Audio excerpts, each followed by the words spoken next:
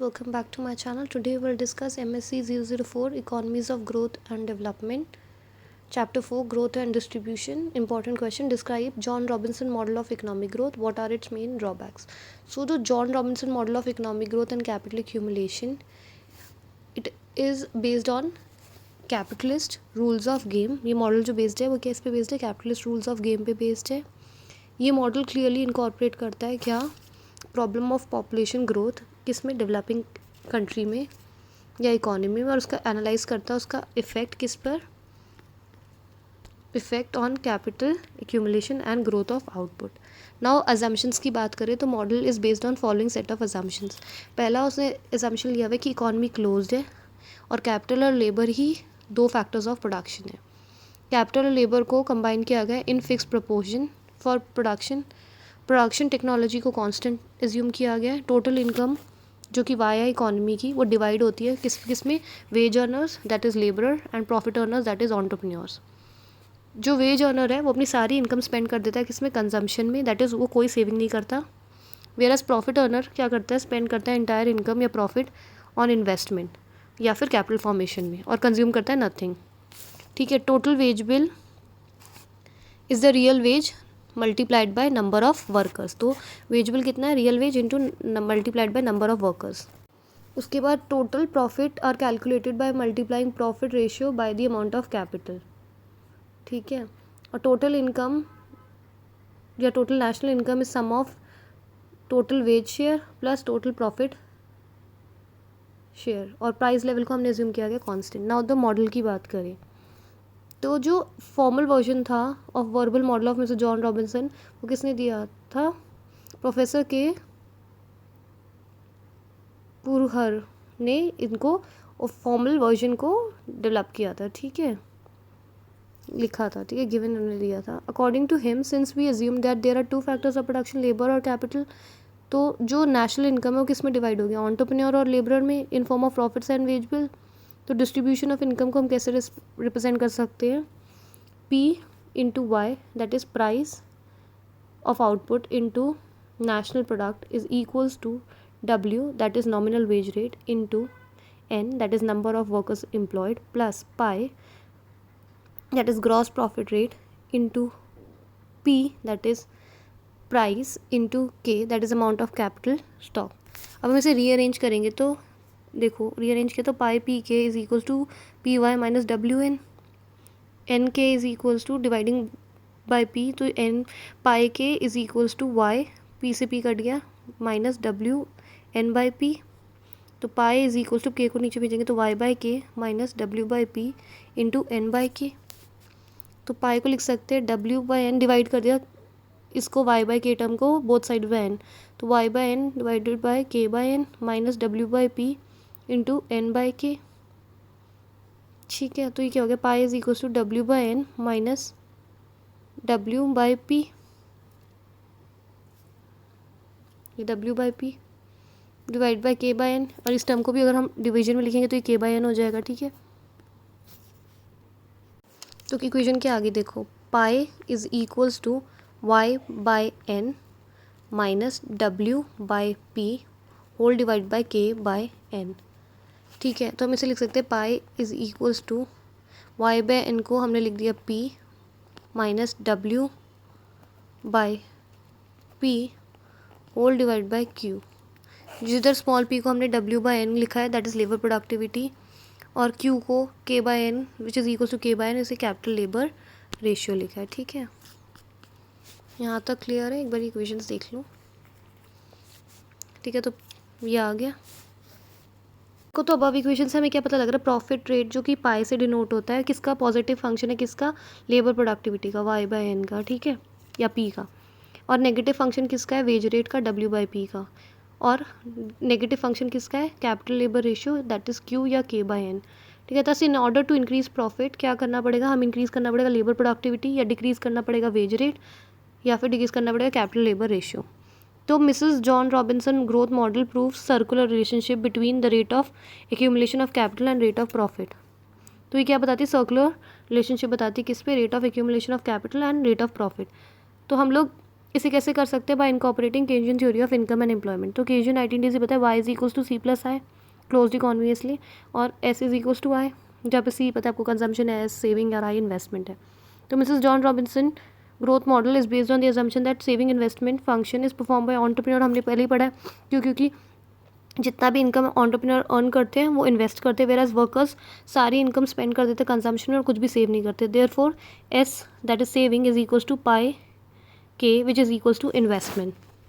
तो पता है I is equals to delta K, so आई की जगह पाई K is equals to delta K, तो pi is equals to delta K by K, thus pi is equals to P minus W by P upon Q which is also equal to delta K by K. तो ये equilibrium क्या indicate करता है कि rate of profit जो कि पाई है positively dependent किस पे है? Rate of accumulation going on the other hand rate of accumulation किस पे डिपेंडेंट है? पॉजिटिव डिपेंडेंट है प्रॉफिट में। तो एक सर्कुलर रिलेशनशिप आ गया, दोनों एक दूसरे पे डिपेंडेंट है। अगर रेट प्रॉफिट बढ़ेगा तो rate of accumulation of capital बढ़ेगा, सिमिलरली पॉजिटिवली डिपेंडेंट। सिमिलरली अगर रेट ऑफ एक्यूमुलेशन बढ़ेगा तो प्रॉफिट बढ़ेगा, ठीक है, दोनों पॉजिटिवली डिपेंडेंट है। नाउ द गोल्डन सर्कुलर एक दूसरे पे डिपेंडेंट है पॉजिटिवली, और सर्कुलर रिलेशन है दोनों के बीच में, ठीक है। नाउ द गोल्डन एज, तो गोल्डन एज इक्विलिब्रियम को क्या एक सिचुएशन है जिसमें क्या होता है स्मूथ स्टेडी स्टेट ग्रोथ होती है एट फुल एम्प्लॉयमेंट लेवल, ठीक है, rises out of equality of desirable and possible rate of accumulation. जब होता है जब desirable rate of accumulation is equals to possible rate of accumulation. अगर हम सपोज करें कि capital labour ratio that is K by N और Q को constant at full employment rate, so K by N is equals to Q, तो K is equals to Q into N, therefore delta के is equals to delta N into Q. तो delta N की value क्या आ जाएगी? Delta K by Q. अगर हम both sides को डिवाइड करें बाय एन, तो delta N by N is equals to delta K into Q into one by N. तो ये क्या हो जाएगा? Delta K into K by N into one by N. Q की value put कर दी आपने, क्यू को आपको पता है क्यू इज इक्वल्स टू के बाय एन। तो अब देखो क्या होगा, डेल्टा के इंटू के, एन ऊपर चला जाएगा, into one by N, N से एन क्रॉस आउट हो जाएगा, तो delta N by N is equal to delta K by K. Delta N by N क्या है?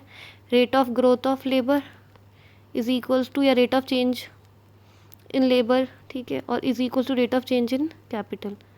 तो यही बोल रखा है, rate of change in labour is equal to rate of change in capital, और at full employment level with constant Q labour and capital grow at same rate. तो यहाँ पे growth rate of labour is equal to growth rate of capital.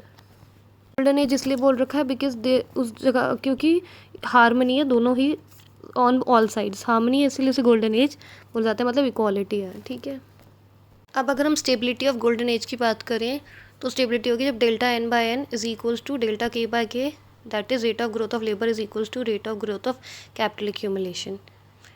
Disequilibrium कब होगा? या तो जब delta N by N is greater than delta K by K, that is rate of growth of labour is greater than rate of growth of capital, या फिर delta N by N is less than delta K by K, that is rate of growth of labour is less than rate of growth of capital. तो पहला case देखो, जब delta N by N is greater than delta K by K, that is rate of growth of labour is more than rate of growth of capital accumulation.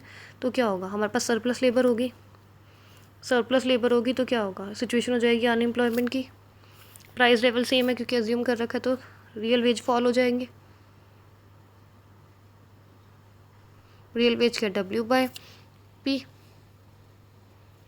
Normal wage कम हो जाएंगे क्योंकि surplus labour है, price constant भी रहेगा, तो W by P real wage rate fall करेगा।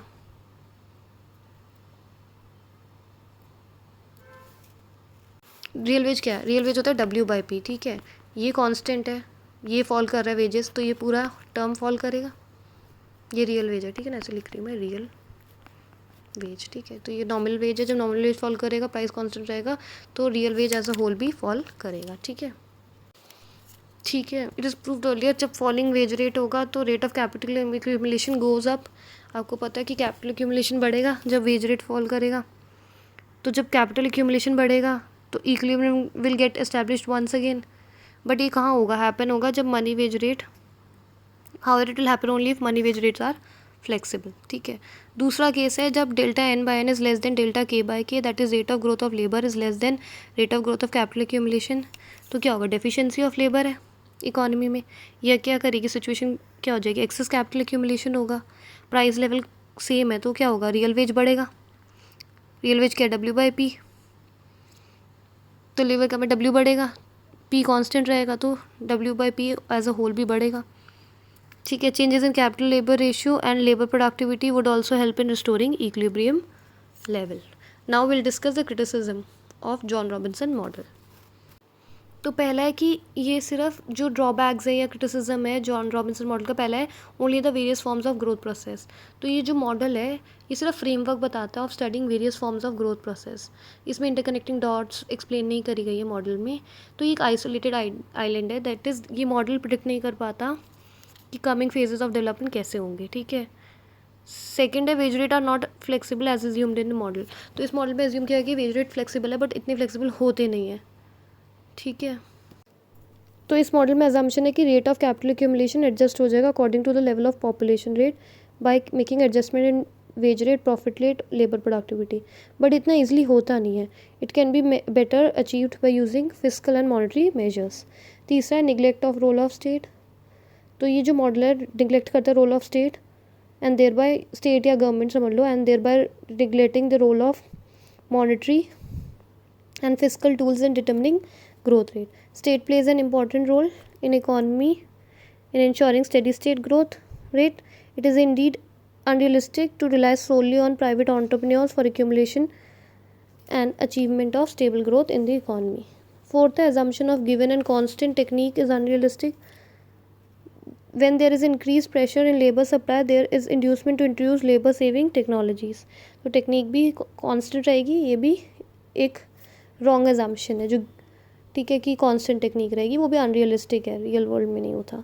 Fifth है it neglects the role of institutional factors such as socio cultural and institutional changes on which development on an economy considerably depends. तो ये उसे भी neglect करता है institutional factors को, ठीक है। So that was all for John Robinson model. Thank you guys. Do like, share and subscribe my channel, and do comment which next topic you want me to prepare a video for you guys. Do subscribe my channel to get more videos regarding these subjects. Thank you.